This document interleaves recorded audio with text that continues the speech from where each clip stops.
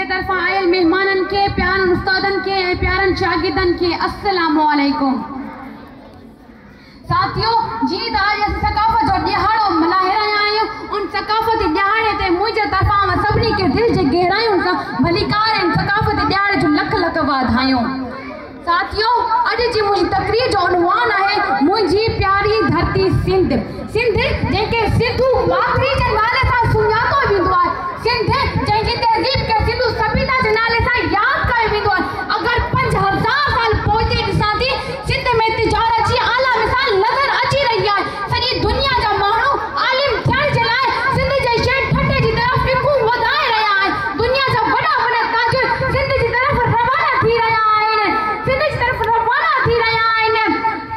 अकबर बादशाह जे नवरतन मां 3 रतन सिंध जा नज़र अची रहिया आहिनि। हामिन महफ़िल 5000 साल पहिरां सिंध दुनिया माण्हुनि सिंध दुनिया खे तहज़ीब सेखारे रही आहे, सिंध माण्हुनि खे शहर अजर सेखारे रही आहे। सिंध इराक ऐं मिस्र जा बादशाह सिंध जो मलमल पर फ़ख्र महसूस करे रहिया आहिनि। सिंध जे आलमनि खे अब्बासी ख़लीफ़ा पंहिंजी महफ़िल में घुराए ख़ुशि थी रहिया आहिनि। हाँ, मां हिन सिंध जी बाशिंदी आहियां। हाँ, मां हिन सिंध जी बाशिंदी आहियां, जितां जा बुज़ुर्ग शाह इनायत, शाह लतीफ़, सूरिया बादशाह ऐं सचल सरमस्त आहिनि। हाँ, मां हिन सिंध ते फ़ख्र थी करियां, जंहिंजा सुरमा, दोला, दरिया खान, दोदो, सूमरो, होशू ऐं हीमू आहिनि। जनाब आला, पाकिस्तान ठहण जी पहिरीं करारदाद सिंध असेंबली मां मंज़ूर थी, जंहिं सिंध में कायदे आज़म मोहम्मद अली जिन्ना जनम वरितो, जंहिं सिंध में कायदे आज़म मोहम्मद अली जिन्ना जनम वरितो, जंहिं मुसलमाननि खे आज़ाद कराए हिकु आज़ाद मुल्क ठाहे वरितो, जंहिंजे करे अॼु को बि गिची में घटि न, को मुड़ुस हुन जे मट न। अॼु को बि गिची में घटि न, को मुड़ुस हुन जे मट न।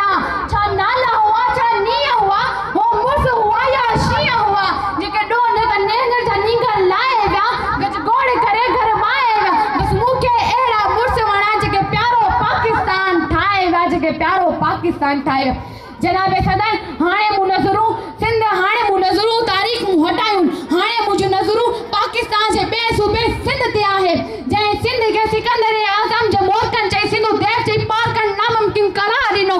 मूंखे